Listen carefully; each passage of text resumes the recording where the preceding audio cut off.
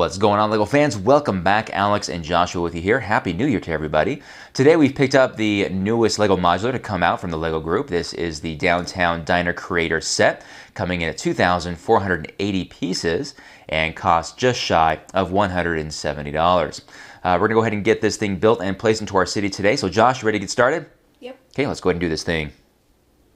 The Downtown Diner is done and on the table here. Before I put it in the LEGO City, I did want to just give my thoughts, a brief review, if you will, on the Downtown Diner before we do so. The first thing I noticed when I opened up the box was the instruction manual. I love the fact that it was actually just one book instead of three. Much easier for convenience on your storage.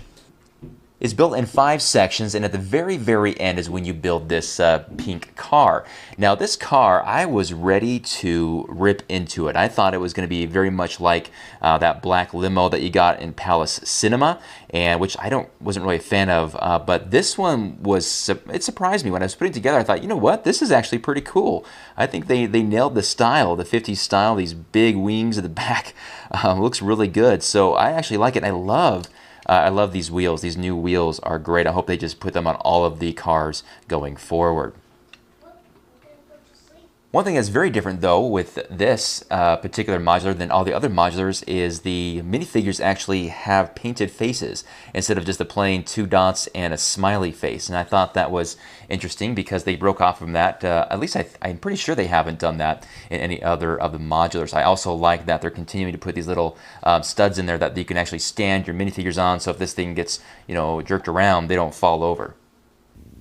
Looking at the front of the building, it is very visually striking. It's really reminiscent of that 1950s style, which obviously is the intent. And I just love how it's all brought together, the curves around it, and of course having that awesome word diner spelled out in those big words on top of it, just to bring it all together. On the side of the building, this could almost be a corner building. In fact, it's very versatile as a line building or a corner building. I think I'm actually going to use it as a corner building. One thing I want to mention about this is there were a few new building techniques that were quite new to me that I haven't seen before with LEGO. One in particular was how they built these windows. I mean, they're not, see if I push on them, they're actually kind of loose. I don't know if you guys can see that or not.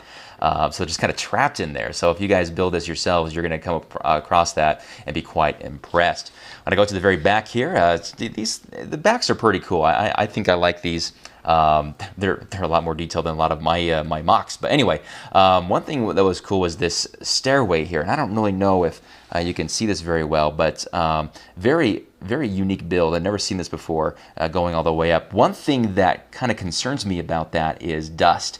As you guys know, LEGO collects dust very well, especially these black elements. And over time, this will get quite dusty, and that's going to be quite the pain to get clean. Taking a better look at the bottom here, all the modulars, I think most of them have a door at the back. This actually has one on the corner, kind of an angled door. I like how they did that. Of course, you have the stairs going up here to the second floor where there is a gym, and then they go across these, I don't know, these are kind of scary. Actually, if I'm a minifigure going up these are kind of, if it's a windy day, I'm holding on pretty tight. Go here to what I call the dead side of the modular. Of course, all modulars have 1 or 2 of these where there's just nothing going on. It's just a brick wall that goes against their modular. But I'll show it to you anyway, just for kicks. So let's go ahead and take a look inside. Inside the diner, we see that classic black and white checkered floor, as well as an open kitchen and a very large counter for serving. There's a few bar stools at the counter that people can eat at. There's only one main table there, and it's a pretty good-sized table, so make sure you make a reservation in this case. But I love that jukebox and the classic red against the teal and that stripe of pink. They just nailed it. It works all the way around. I love the fact that the designers went the extra mile here with things such as the gumball machine. This gumball machine is great looking, great detail all the way up and down. Also failed to mention earlier that they have a great napkin dispenser there on the table, as well as the ketchup and mustard bottles. The second floor is the gym, and I thought that was an interesting choice to put a gym in one of these. Maybe it was because we all should have New Year's resolutions of spending more time in the gym, such as this gentleman here who is wearing boxing gloves for the rest of his life. But the main feature here is the boxing ring, of course. It looks really nice, actually. A functioning punching bag there in the corner, and we have this pretty lady in the green jumper here who looks like she comes here quite regularly. Some water, of course. The bench press concerns me a little bit because there's not a lot of room for somebody to get behind it and spot you. So maybe be careful on how much weight you put on there. And of course, in the corner there is a rack for a couple of dumbbells. Did a pretty good job on that. I like it because if you move this around a little bit, he falls down, but the dumbbells don't. So pretty sweet. And then of course we have this clock on the corner to make sure that you don't spend too much time in the gym. The third level is the recording studio, which again I thought was an interesting choice, but it works. Let me go ahead and take this off here so we can see it a little bit better, but nothing too crazy going on in here. We have the entrance there in the back, an area for somebody to sit down. You can get something to drink, and of course we actually have the area where the fun behind the scenes goes on, and of course the studio itself, which I've never been in a recording studio before, so I don't really have any feedback, but it all looks good to me. For what it's worth, I'll show you the roof as well here, but this window, is it a window, a roof window? I'm not sure what to call it, but it does open up and it has a little stick here to prop it open in case you need some fresh air. This would be directly over the waiting area in the recording studio, or maybe there's some sort of overheating going on with the equipment. You can open that up and vent it.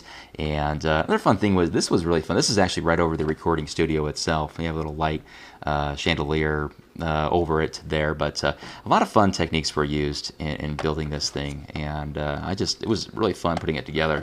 Yeah, there we go. But yeah, that was really about it. So that kind of finishes off the roof of the downtown diner. That's going to conclude my brief review of the downtown diner. We're going to go ahead and take it downstairs and see if we can't find a spot for it in the city of Minneapolis.